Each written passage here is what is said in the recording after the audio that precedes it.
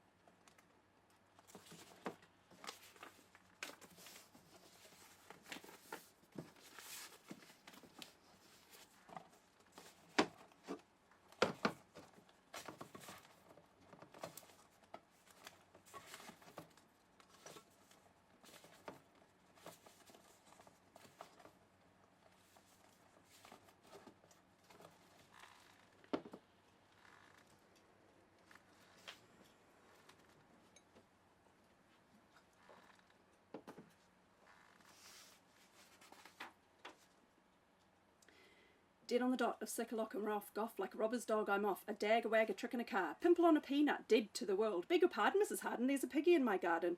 Like a pig in shit, sticks like shit to a blanket, up shit creek, up shit street. 50,000 Hail Marys, heavens to Murgatroyd, broccoli, cabbaggio, courgettes, rots, sparrow grass rolls.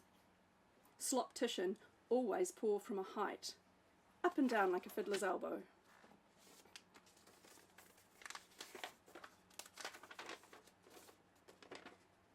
The borderlines, crossovers, juxtaposition, fragility in the work is the quality that at once holds everything together conceptually and also suggests its potential absolute destruction. Such is what it means to collaborate with chance. 1, 2 motorbikes. Yes, I'm always counting. Rice is nice, chicken looking good. Jam, jam, jam, jam, jam, jam, jam, jam, jam, jam, jam, jam, jam, jam, jam, jam. If you be true to me, I'll be true to you. A dab hand, many hands make light work. Beggars can't be choosers. Stiff upper lip, thumb up bum. Stiff upper bum people. 2, 4, 6, 8, 10, 12, 14, 16, 18, 20 wind turbines I counted. Cantankerous, cumbersome, dilly me, dog's breakfast, gadding, ghastly, glad rags, graunch, nouse, obtuse, don't be so obtuse, piffle, absolute bloody piffle, plasticated, pigsty, poot, salubrious, Shanks's pony, superfluous. Nah, flag that.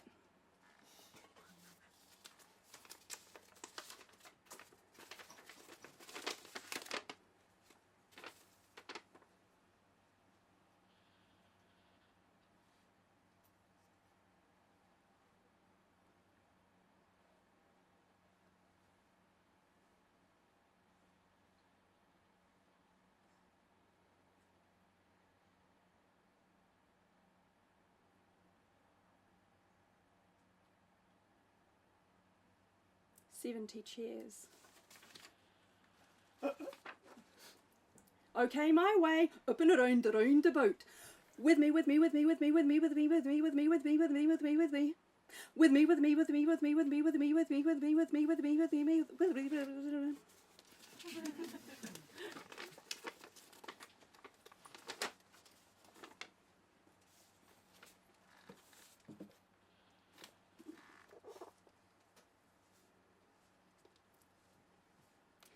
Barney's mother, Grace Drum, née Richardson, was Anglo-Irish, a connection of the Kinnard family.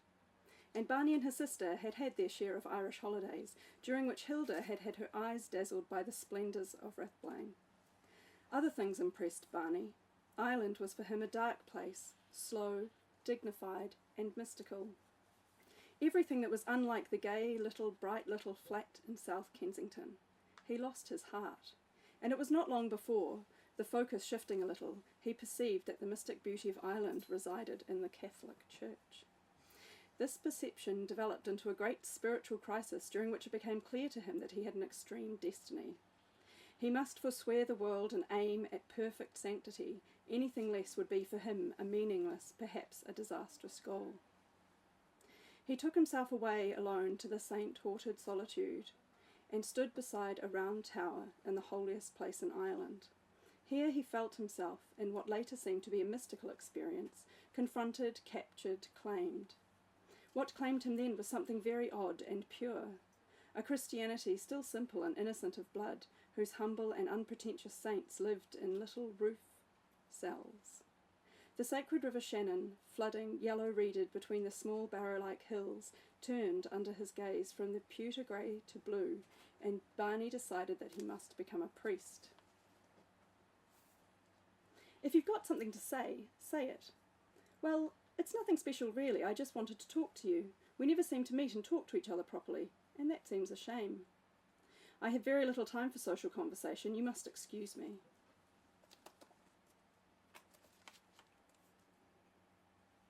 Andrew's satisfaction at being liberated from Ireland was a little checked by the excessive nervous disturbance which he now felt on visiting the place again, and especially on hearing that his mother proposed to settle there. He had reckoned on seeing very little of Ireland in the future. He had decided, though without announcing this to anyone, to remove Frances from it completely as soon as this could be arranged.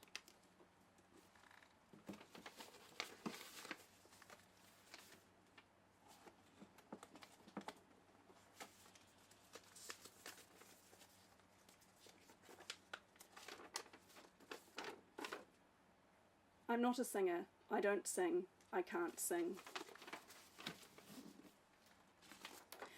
You sound like a broken record. Oh, did I say that? Suck that back. Or should I say, I'd just like to say, oh God, I'm hopeless. Absolutal poodle. Hooring great. On the same page, on the same wavelength. You've got the wrong end of the stick there, cherub. More than you can poke a stick at. Better than a poke in the eye with a stick. Better safe than sorry. Better too hot than too cold. Better too much than not enough. Need to get my glasses. Can't see a bloody thing. Is that my outside voice or my inside voice? Speak in riddles, I do. No beating around the bush. If you don't ask, you don't get. Cut off your nose despite your face. No skin off my nose. It's not up my nose. One fell swoop. One fell swoop. What a bloody dag he was. Playing silly buggers. No silly buggers. No more silly buggers. Stop playing silly buggers in cahoots. Right this minute. Woe betide. If I told you once, I told you 1,000 times. Porkies, porcupines, lies. Don't steal her thunder. Thunder thighs. Could have fooled me. Slow on the uptake. Dicker. To go spare. How could I forget?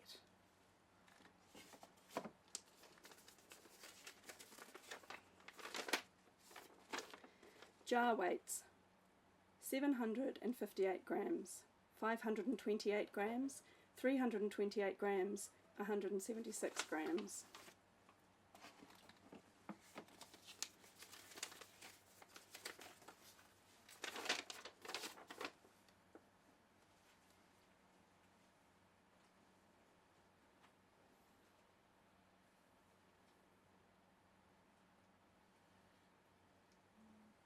$50 pegs.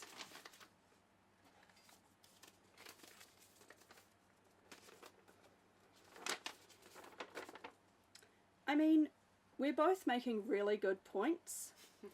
If the points we're making can't change each other's minds, nothing will.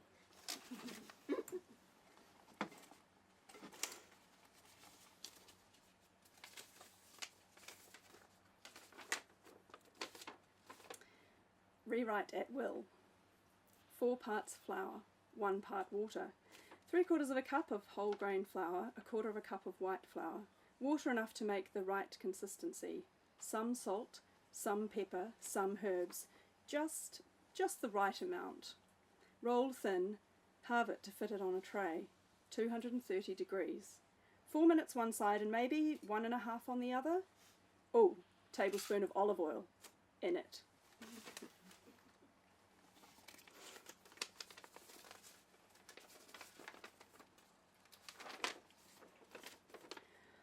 Idlewild Ave, mildly displeased with, unrelatedly iced, gatekeeper cape. Things to be sure about. Young people are getting younger. New beginnings are in the offing. Common sense. Box the telephone's ears. Forthwith, herewith. Come sa. Un momento, por favor. Antonio Luigi. Wunderbar. Adios, muchacha. Aloha. Hola. Holla. Ciao. Ma. How's the enemy? Don't dither. You're no slug. She's a doer. Going hell for leather. Come hell or high water. Head down, bum up. Go like hell. What are you waiting for? Put a bomb up your ass. Shock to the system. Moving right along now. A baker's dozen. 19 to the dozen. 6 of one. Half a dozen of the other. That'll learn you. That's me. Different. Skew whiff. Be beautiful. Bite your head off. Pound to a peanut. Red rag to a bull. Keep your eyes peeled. Chew your ear off. Chew the fat. Get your glad rags on. Humbarella. She hasn't been on this earth before. You can hear her clumping. Don't worry if you can't see. After it starts, people will sink down in their seats. Double handling. Part and parcel. I nearly wore that. Dillbrain. Hoodwinked. Miffed. Habdabs. Oh, that's nice that,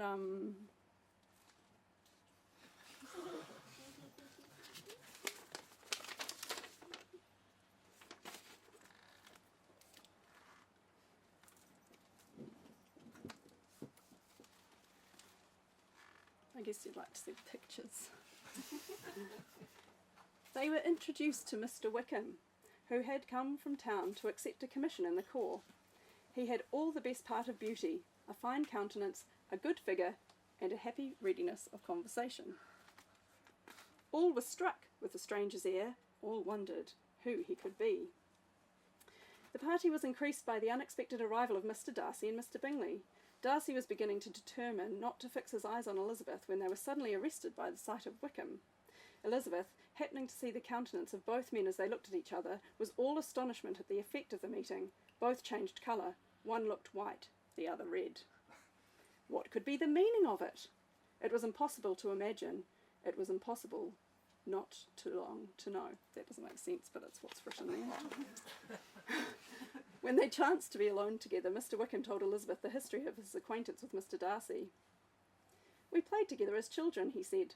"Mr. Darcy's father was my godfather and bequeathed me the best living in his will. But when the living fell, Darcy gave it elsewhere." Wickham shook his head. "Darcy was jealous of his father's uncommon attachment to me. Pride has often been his best friend. The fact is that we are very different sort of men, and that he hates me. The greatest part of our youth was passed together, inmates of the same house, sharing the same amusements."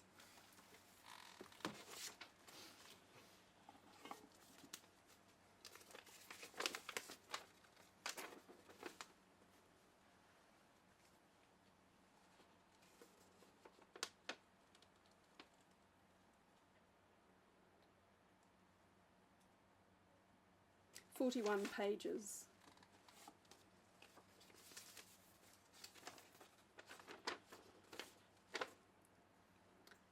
One of the best bits of dialogue in a comedy film ever? Shit. What? Rollers. No. Yep. Shit.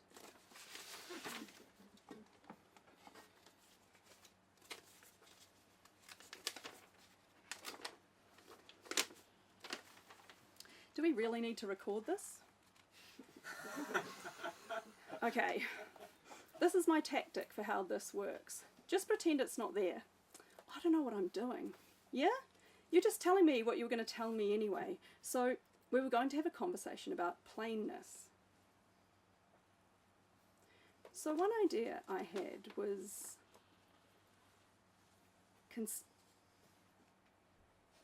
presented. Space. Distinction, specificity. Straightforward, this. This, dependent, waiting. Considers, textures, something, something. Distinction, straightforward. Oh, now. Oh, this, now. Oh, this, now. Oh, this, now. Oh, this, now. I had to repeat one because I ran out, I think.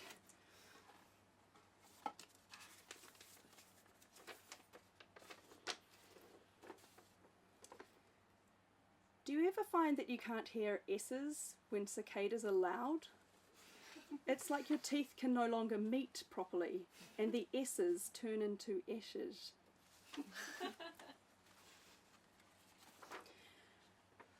Whippy-woo, whip-de-woo, my wibbly-wobbly mind, shitty liver, that would be the dizzy limit, that's all I can say. Cheeky as old Nick, sweet Williams in your ear, like Brown's cows, sitting up like Jackie. Shit, it's hot in here, is it hot or is it hot? I'm radiating heat, I'm about to expire. You're the colour of puce, I'm so hot I'll die. Oh, I'll die. So funny, I nearly died. I nearly had a heart attack. Aren't I lucky to be alive? High time, God, we're lucky, we're so lucky to be here. Aren't we lucky? Aren't I lucky? That was lucky, That was lucky, wasn't it? We were lucky, weren't we? That's a bonus, isn't it? Turkeying in Turkey. Look at the sun-drenchiness of it. I would have sailed off into the way blue yonder. Everybody knows me, they're taking a wide berth. Don't be so bloody rude. I can tell you now. I wouldn't have a clue, I'm pooped. Such a dag, what a hoot, such a hoot, what a bloody dag. I don't miss a trick. Goes without saying. I didn't say a thing. I'm not talking. Not I. Ass about face. Po-faced. Pious po. Pox. I can't remember. Popped off her perch. Kicked the bucket.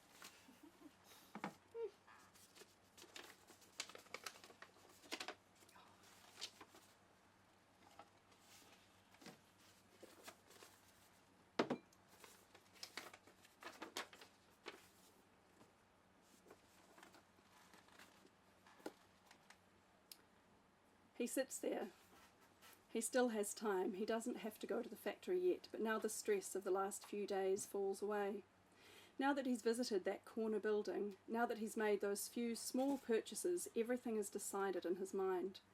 He doesn't even need to think about what he still has to do. It'll do itself. The way is open before him. He only needs to follow it. The decisive first few steps have already been taken. When it's time, he pays and heads out to the factory. Although it's a long way from the Alexanderplatz, he walks.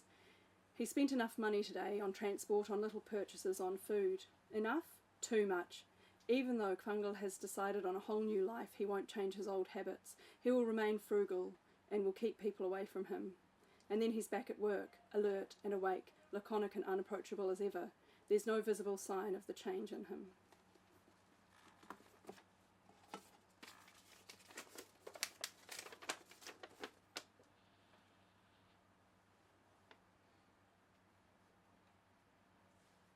"27 photographs.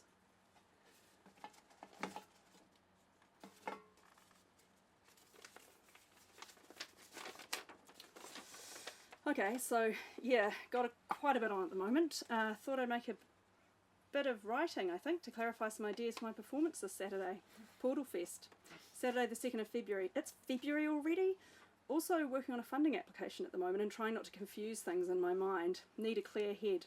I'll go out for a walk up the hill and then try to focus. Should get out tonight maybe. Can't decide. Couldn't yesterday either.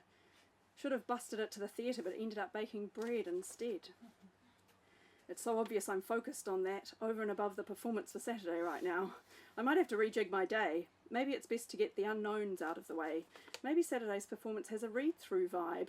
Rules around water, reading books, pauses, correcting myself. Then it just comes down to material. What the hell is that? Can't print, must use typewriter. Margins won't set, can't use typewriter, must handwrite. Do the easiest stuff first, so then the next thing you have to do becomes the easiest.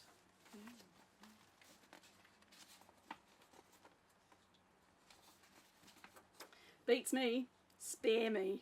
I'd like to be a fly on the wall, if only walls could talk, if looks could kill. Like pulling teeth, like getting blood out of a stone. Pick yourself up, shake yourself off and start all over again. In the olden days, they... Blotto. Completely blotto. Pissed as a newt, clean as a whistle. Knee-high to a grasshopper. Nipple height. So sour it'd make my teeth chatter. So sour it'd turn your nipples inside out. Tits up. Every woman and his dog. Mark my words. Hello, cruel world. Just one moment, please. Easy. That was easy, wasn't it? Let's get some light on the subject. That's her to a T. Down to a T. Generous to a T. Generous to a fault. Them's the rules, them's the breaks. I give up. Who gives a shit? I should think so. Until such time as... can't remember. Cut your cloth. Water off a duck's back. Bite the bullet. Put a spade in the sand. Stand up and grow tall. What? Scrade, eh? Oh, you're tinny. You're a tin ass. Aren't we tin asses? The thing is, that was the bestest thing.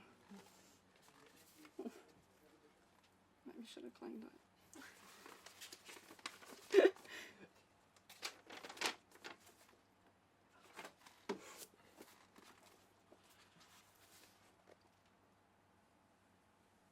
Even today, I'm puzzled by the sheer force of the emotion that overtook me when I heard Moira say this. I turned to her, completely furious. What do you know about it? You just don't know anything, because you've been out of it for ages now. If you knew everything we'd found out, you wouldn't dare say anything so daft. Don't talk rubbish. Moira was never one to back down easily. It's just another of Ruth's made-up things, that's all. Then how come I've personally heard them talking about it? Talking about how they're going to make Miss Geraldine to the woods in the milk van. How come I heard them planning it myself? Nothing to do with Ruth or anyone else. Moira looked at me, unsure now. You heard it yourself? How? Where? I heard them talking, clear as anything. Heard every word. They didn't know I was there. Down by the pond, they didn't know I could hear. So that just shows how much you know. I pushed past her, and as I made my way across the crowded courtyard, I glanced back to the figures of Ruth and the others, still gazing out towards the south playing field, unaware of what had just happened between me and Moira, and I noticed I didn't feel angry at all with them anymore, just hugely irritated with Moira.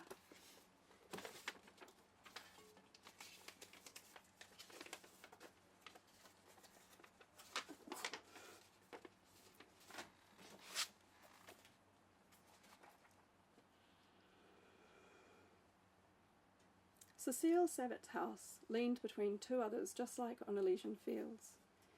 A Frenchified shotgun house that sported a magnificent garden in the back and a tiny wrought-iron fence in the front. On the door hung a black crepe wreath with purple ribbon. They were too late. Helene reached up to touch the ribbon, hesitated and knocked. A man in a collarless shirt opened the door. Helene identified herself and he said he was Henri Martin and that he was there for the setting up. They stepped into the house.